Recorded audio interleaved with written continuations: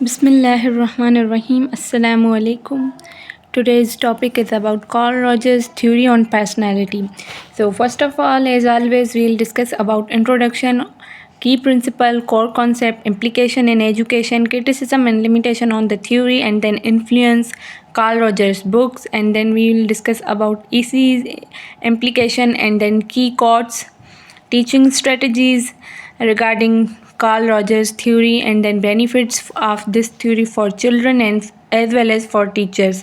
Sample activities we'll also discuss, and then we'll discuss about challenges and limitation at EC of this theory, and then in the last we'll discuss about assessment and evaluation, and then MCQs. So first of all, introduction.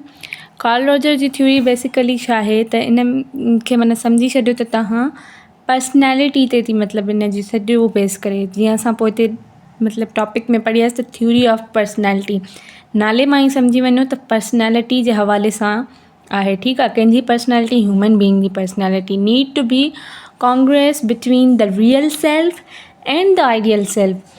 तो चवे थो त in theory में Karl Roger ॻाल्हि कई आहे त इंसान जो माना जेको रियल सेल्फ आहे, यानी कि इंसान जेको पाण मौजूदु आहे हिन वक़्तु रियलिटी में जेको आहे, ऐं उन जे आइडियल सेल्फ यानी कि जेको उहो थियणु थो चाहे, उन्हनि ॿिन्ही जे विच में जेको आहे न उहो उन जी पर्सनैलिटी आहे, ठीकु। सभ खां पहिरियां त चवे थो रॉजर बिलीव सेल्फ एक्चुअलाइज़ेशन, जेका पोइ हिते असां हुन में अब्राहम मास्लो जी थ्योरी में सेल्फ एक्चुअलाइज़ेशन पढ़ी आयासीं, इंशाल्लाह आई होप कि तव्हांखे यादि हूंदी। सो उन में छा हुयो, सेल्फ एक्चुअलाइज़ेशन में यानी कि स्पिरिचुअल नीड्स, जॾहिं असां माना स्पिरिचुअली उन पंहिंजी सेल्फ एक्चुअलाइज़ेशन वारी कैटेगरी में उन लेवल ते, लास्ट लेवल ते पहुचंदा आहियूं त असां माना ज़िंदगी में कामयाबु थी वेंदा आहियूं, ठीकु आहे। सो इहा माना हुई। हाणे साॻी रीति कार्ल रॉजर बि उन शइ ते बिलीव थो करे ऐं चवे थो त उहो छा हूंदी आहे, self actualization was something every individual was seeking, माना हर इंसान सेल्फ एक्चुअलाइज़ेशन वारी लेवल ते पहुचणु चाहींदो आहे। गो के पहुचंदा सभु न आहिनि, लेकिन हर कोई चाहींदो आहे कि मूंखे उहा शइ मिली वञे, मां उन लेवल ते पहुची वञा जंहिंजे लाइ मां माना पैदा थियो आहियां, ठीकु आहे। हर इंसान लाइ उहा उन्हनि जे मतिलबु पर्सनैलिटी जे हिसाब सां हूंदी आहे। छा थो चवे, self actualization is when an individual achieve their full potential, यानी कि जॾहिं इंडिविजुअल सम्झी वेंदो कि उन जी full capability, full potential, full power, full strength, कुझु बि चओ, उहा छा आहे ऐं उहो उन ते अचीव करे थो वञे, सम्झो पंहिंजी सेल्फ एक्चुअलाइज़ेशन वारी कैटेगरी ते पहुची चुको आहे। कार्ल रॉजर जो बिलीव इन में हुयो ऐं उनखे इन जी थ्योरी खे पर्सन सेंटर्ड थ्योरी बि चयो वेंदो आहे। ऐं उन खां अलावा इन जो मतिलबु ओवरऑल साइकोलॉजी में तमामु घणो मतिलबु इन में इन जो कमु थियलु आहे, छो जो थ्योरी ऑफ पर्सनैलिटी आहे त असांखे पर्सनैलिटी सां रिलेटेड इलाही सारियूं शयूं इन थ्योरी मां मिलनि थियूं, ठीकु।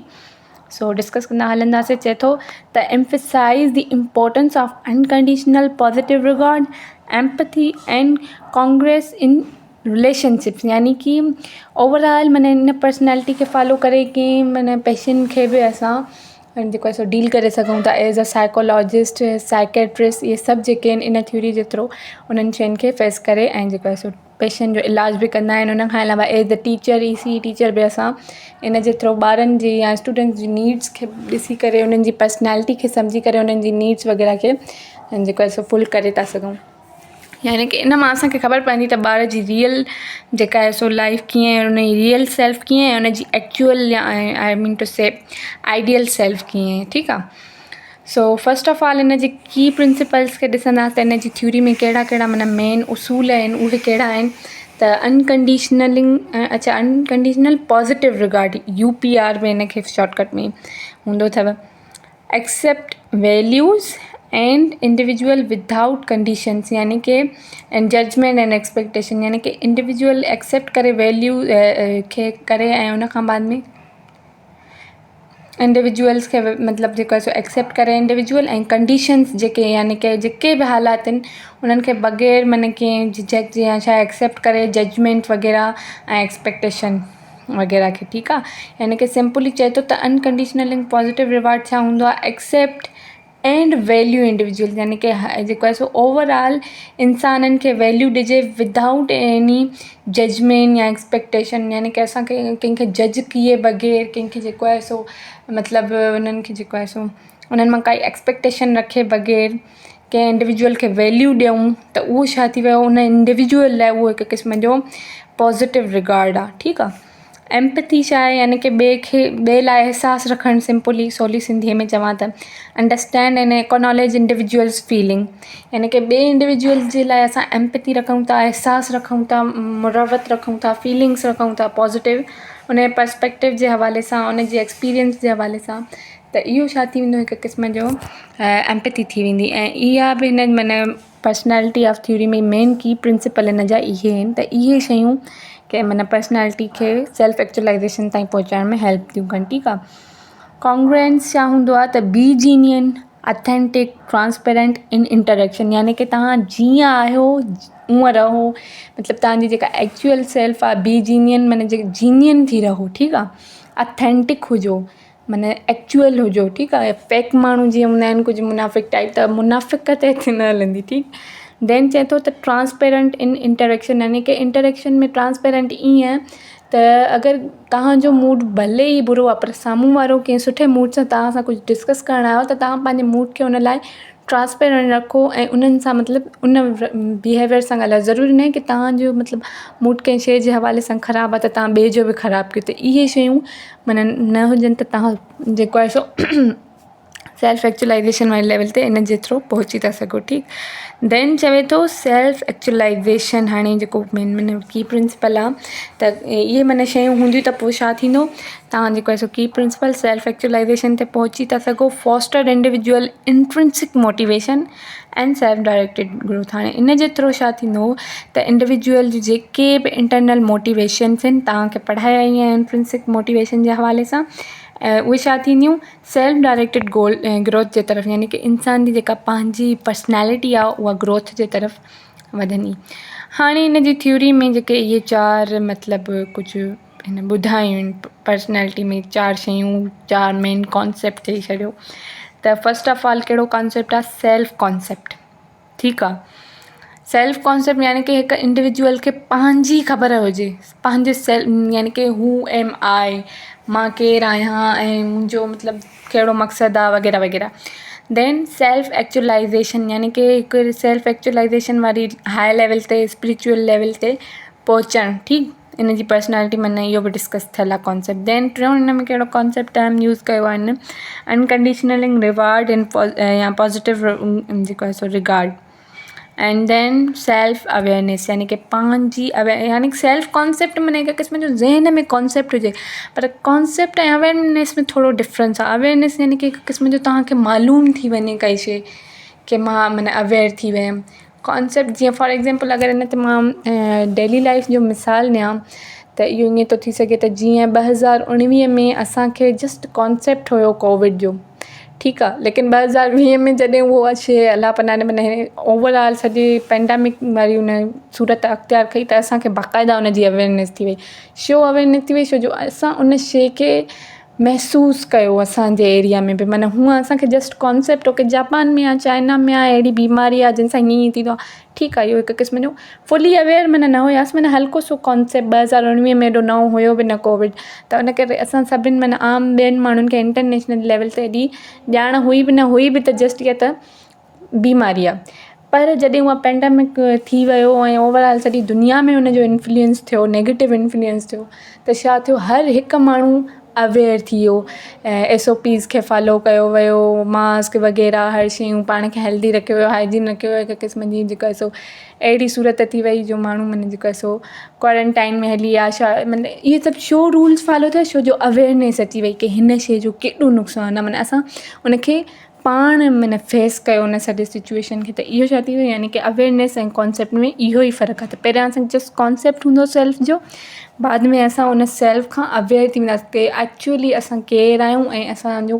छा किरदारु आहे, पर्सनैलिटी असांजी छा आहे। ठीकु। देन चवे थो कोर कॉन्सेप्ट, हाणे हिन थ्योरी जा कहिड़ा कहिड़ा आहिनि त पर्सन सेंटर्ड अप्रोच आहे। हिन में जॾहिं असां हिन थ्योरी खे फॉलो कंदासीं त ॿारनि जी मतिलबु मतिलबु स्टूडेंट सेंटर बि जीअं चई थो सघे, यानी कि ओवरऑल पर्सन जे लाइ आहे। इन में छा थो थिए त फोकस थो करे इंडिविजुअल्स जे एक्सपीरियंस, फीलिंग्स ऐं उन जी नीड्स ते। ठीकु आहे। त साॻी रीति जीअं असां EC में बि हिन जे यूज़ खे पढ़ंदासीं तव्हां सम्झी वेंदो त उअं ई स्टूडेंट जी एक्सपीरियंस, फीलिंग्स ऐं नीड्स खे टीचर सम्झंदो।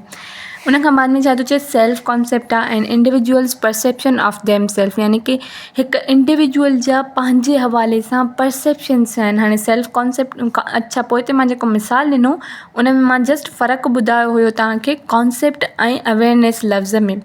हिते हाणे असां छा सम्झंदासीं त सेल्फ कॉन्सेप्ट छा हूंदो आहे। सेल्फ कॉन्सेप्ट इहो हूंदो आहे त हिकु जो पंहिंजे बारे में परसेप्शन आहे। ज़रूरी न आहे की जेको असांजो सेल्फ कॉन्सेप्ट आहे असांजो एक्चुअल बि पर्सनैलिटी ओहिड़ी हुजे। जीअं फॉर एक्ज़ाम्पल मां पाण खे भलो सम्झां, मां चवां की मूं जहिड़ो त भलो कोई माण्हू आहे ई न, पर ज़रूरी न आहे की मां रियल में बि भली हुजां। अक्सर अहिड़ा माण्हू हूंदा आहिनि जेके पाण खे चवंदा आहिनि की मां ॾाढो बुरो आहियां, मां ॾाढो बुरो आहियां, पर असल में यानी की उहे कॾहिं मञींदा न आहिनि त उहे भला माण्हू आहिनि, छो जो उन्हनि खे पंहिंजे लाइ सेल्फ कॉन्सेप्ट हिकु इहो हूंदो आहे त मां बुरो इंसानु आहियां, लेकिन असल में उहे ई नेक हूंदा आहिनि अक्सर माण्हू माना। ऐं ॿिया माण्हू उन्हनि खे ॿुधाईंदा न तव्हां ईअं छो था चओ पाण खे, तव्हां त एॾा सुठा इंसान आहियो, यानी कि हुनजो पंहिंजे बारे में जेको कॉन्सेप्ट आहे उहो नेगेटिव आहे, पर उहो पाण बज़ाते ख़ुदि नेगेटिव न आहे। कुझु माण्हू वरी अहिड़ा हूंदा आहिनि जेके पाण जे बारे में ओवर पॉज़िटिव हूंदा आहिनि की मां जहिड़ो त कोई माण्हू ई न आहे, ईअं चवंदा आहिनि। हालांकि रियल में जॾहिं ॿियनि माण्हुनि खां हुन जे हवाले सां पुछिबो त चवंदा आहिनि हे माण्हू त सफ़ा माना ओवर मतिलबु एटीट्यूड में आहे छा, यानी की इन सां छा थी ख़बर पए त हिकु माण्हूअ जो जेको सेल्फ कॉन्सेप्ट आहे ज़रूरी न आहे की उहो सही हुजे हमेशह, या उहो ज़रूरी न आहे की उहा उनजी सेल्फ आइडेंटिटी या उनजी पर्सनैलिटी बि उहा ई हुजे। सो हिते उहा शइ ॿुधायल आहे, ठीकु आहे। चए थो shaped by experience and interaction, यानी कि हिकु इंसानु सम्झी थो सघे उनजे तजुर्बे ऐं इंटरेक्शन्स मां पंहिंजो पाण जी पर्सनैलिटी खे उहो शेप कंदो आहे। कुझु इंसाननि जो तजुर्बो बुरो रहियो हूंदो आहे या इंटरेक्शन बुरनि माण्हुनि सां रहिया हूंदा आहिनि त उहो सम्झंदा आहिनि की असां बि बुरा आहियूं, हालांकि दिली तौरु उहे बुरा न हूंदा आहिनि। ईअं न ॾिठो अथव जीअं अक्सर ड्रामनि फिल्मनि में हूंदो आहे त हीरो जो रोल ईअं ॾेखारींदा आहिनि त उहो रूड आहे ऐं हेड़ो तेड़ो, मतिलबु ईअं अजीब आहे, सभिनि सां विढ़ंदो अथव त हालांकि एक्चुअल में उन जूं जेके फीलिंग्स वग़ैरह हूंदियूं आहिनि उहे सुठियूं हूंदियूं आहिनि, उहो दिलि जो माना चवंदा आहिनि इहे दिलि का बुरा नहीं, त इहा ई ॻाल्हि हिते ॿुधायल आहे। त ऐं उहो पाण खे बुरो चवंदा बि आहिनि, सेल्फ कॉन्सेप्ट उन्हनि जो माना ईअं ॾेखारियो वेंदो आहे उन कैरेक्टर जो की हे माना पाण खे बुरो था सम्झनि, पर एक्चुअल में वरी जॾहिं अॻिते हली असांखे ख़बर पवंदी की उहे बुरा न आहिनि। त इहो छा थी वियो, यानी कि हिकु क़िस्म जो सेल्फ कॉन्सेप्ट जे हवाले सां असां ॻाल्हि पढ़ीसीं, ठीकु आहे। थर्ड पॉइंट कहिड़ी आहे, ऑर्गेनाइज़मिक ट्रस्ट। अच्छा, इन में ऑर्गेनाइज़मिक ट्रस्ट में छा थो चए त trust individual initiate ability to self directed and grow, यानी कि इंडिविजुअल खे हिकु क़िस्म जो पंहिंजो पाण ते पंहिंजी एबिलिटीज़ ते ट्रस्ट हुजे त जीअं उहो पंहिंजे गोल्स खे ईज़ीली मतिलबु उन जे तरफ़ सेल्फ डायरेक्टेड थी सघे ऐं पंहिंजी ग्रोथ करे, ठीकु आहे। उन खां बाद में चए थो फुली फंक्शनिंग पर्सन।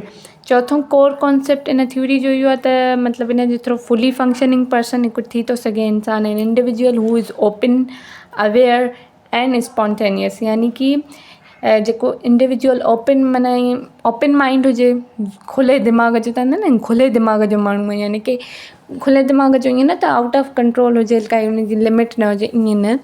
जीअं अॼुकल्ह जा ओवर माण्हू आहिनि, कुझु बि करे चवंदा आहिनि इहो फैशन आहे, असां ओपन माइंडेड आहियूं, त ईअं न। ओपन माइंडेड यानी कि पाण खां अलावा ॿिए जे पर्सपेक्टिव खे बि सम्झे ऐं न्यू जेको क्रिएटिविटी आहे उनखे बि एक्सेप्ट करे सोसाइटी में हिकु क़िस्म जी पॉज़िटिव चेंज आणण में ओपन माइंडेड हुजे, कंज़र्वेटिव माइंड जी मतिलबु न हुजे, ठीकु आहे। सो इहा शइ हिन में अची थी वञे। उन खां बाद में अवेयरनेस, जीअं ॿुधायोमांव त कंहिं शइ जे हवाले सां फुली अवेयर थी वञणु वग़ैरह वग़ैरह, ठीकु। अच्छा, इम्प्लीकेशन इन जूं मतिलबु जीअं हाणे डिस्कस कजनि त कहिड़ी कहिड़ी फील्ड में हिन थ्योरी जूं इम्प्लीकेशन आहिनि, त एजुकेशन में आहिनि, साइकोथेरापी में आहिनि, सोशल वर्क में आहिनि, एंड ऑर्गेनाइज़ेशन में बि बिज़नेस और any other field of organization. So first of all education में छा आहे, स्टूडेंट सेंटर्ड लर्निंग, यानी कि अगरि असां हिन थ्योरी खे फॉलो कंदासीं एज़ अ ECE टीचर त असांजी जेका टीचिंग अप्रोच थी वेंदी उहा स्टूडेंट सेंटर्ड थी वेंदी, यानी कि ओवरऑल असां फोकस कंदासीं ॿार जी ज़रूरतुनि ते, उन्हनि जे इंट्रस्ट ते, उन्हनि जी फीलिंग ते। इन थ्योरी खे फॉलो करे असां माना स्टूडेंट सेंटर्ड अप्रोच खे ई माना फॉलो कंदासीं, छो जो इन खे में असांखे रुॻो माना ॿार जे एक्सपीरियंस, नीड्स ऐं इंट्रस्ट खे मद्देनज़र रखी ई पढ़ाइणो पवंदो, ठीकु। इहा शइ। उन खां बाद में चए थो साइकोथेरापी में इन जो छा किरदारु आहे एम्प्लीकेशन में, त पर्सन सेंटर्ड थेरापी आहे, एम्फसाइज़िंग एम्पैथी, कॉन्ग्रुएंस एंड UPRD जो असां पोइ हिते पढ़ी आयासीं कि अनकंडीशनली पॉज़िटिव रिगार्ड, यानी कि इन में छा थो चए, यानी कि पर्सन सेंटर्ड थेरापी हूंदी ओवरऑल, माना जीअं पोइ हिते एजुकेशन में ॿुधायो त ॿार जी फीलिंग्स इमोशन्स नीड्स इंट्रस्ट खे मद्देनज़र रखियो वेंदो। उअं ई जॾहिं साइकोथेरापी कंहिं इंसान जी कंहिं पेशेंट जी थींदी त उन में उन पेशेंट जी फीलिंग्स एक्सपीरियंस खे मद्देनज़र रखी थेरापिस्ट पंहिंजी मन जेको आहे सो सॼी मतिलबु इलाजु कंटिन्यू कंदो उन माण्हूअ जो। सही आहे। सो इहा थ्योरी अक्सर माना इन्हनि शयुनि में फॉलो थींदी आहे। ठीकु, थेरापी वग़ैरह में जीअं कंहिं सां माना अला पना ने कोई मेंटली मसइलो आहे, पर्सनैलिटी डिसऑर्डर आहे वग़ैरह वग़ैरह, त उहे माण्हू जॾहिं माना इहे शइ रियलाइज़ करे ऐं पोइ वेंदा आहिनि कंसल्ट कंदा आहिनि कंहिं थेरापिस्ट सां, साइकोलॉजिस्ट सां या साइकेट्रिस्ट सां, त पोइ उन्हनि जी जेका इन शइ जे थ्रू उन्हनि जो इलाजु कयो वेंदो आहे, इन पर्सनैलिटी जे थ्रू माना इलाजु उन्हनि जो करे थो सघिजे। यानी की उन्हनि खे ॿुधाइणो हूंदो आहे त तव्हांजो सेल्फ इमेज कहिड़ो आहे। जीअं अला पना ने किन किन माण्हुनि खे शीज़ोफ्रीनिया थी वेंदो आहे, माना उन्हनि खे अलॻि अलॻि शेप वग़ैरह नज़र ईंदा आहिनि, या कंहिं माण्हू ईअं अलॻि अलॻि पर्सनैलिटीज़ जा हूंदा आहिनि। मतिलबु इन ते फिल्मियूं बि इलाही हूंदियूं अथव, माना पर्सनैलिटी डिसऑर्डर हूंदो आहे उन्हनि खे। ठीकु आहे, कीअं त माना कहिड़े वक़्तु उन्हनि जी कहिड़ी पर्सनैलिटी हूंदी आहे, कहिड़े वक़्तु उन्हनि जी कहिड़ी पर्सनैलिटी हूंदी आहे। त इहो छा थी वियो हिकु क़िस्म जो, यानी की अगरि उन्हनि माण्हुनि खे इहा शइ फील थी वञे त हीअ शइ मूंसां नेगेटिव आहे, मां माना ग़लति आहियां हिन शइ में, त उहे वरी जॾहिं साइकोलॉजिस्ट सां या साइकेट्रिस्ट वग़ैरह सां कंसल्ट कंदा आहिनि त पोइ उन्हनि खे उन्हनि लाइ इहा थ्योरी फॉलो थींदी आहे। त उन्हनि खे ॿुधाइबो की भाउ तव्हांजो सेल्फ इमेज कहिड़ा आहे, तव्हां रियल में कहिड़ा आहियो ऐं तव्हांजो आइडियल इमेज कहिड़ो। फॉर एग्ज़ाम्पल मुंहिंजो जेको आहे सो सेल्फ इमेज इहो आहे त मां टीचर आहियां, लेकिन मुंहिंजी ख़्वाहिश इहा हुई त मां जेकर डॉक्टर थियां हा, मां जेकर वकील थियां हा, मां जेकर प्राइम मिनिस्टर थियां।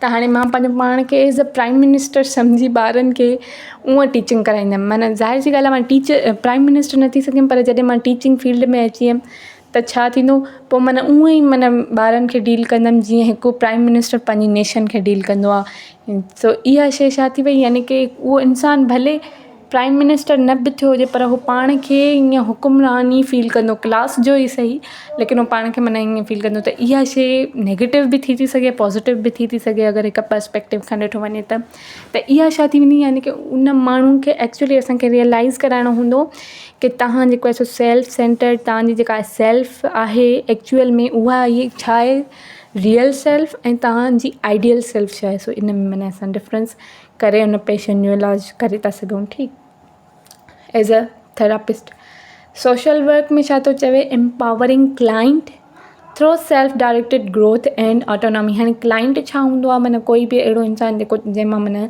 असांखे जेको आहे सो को फ़ाइदो थिए ऐं असां बि उनखे कोई फ़ाइदो ॾियूं बिज़नेस वग़ैरह में।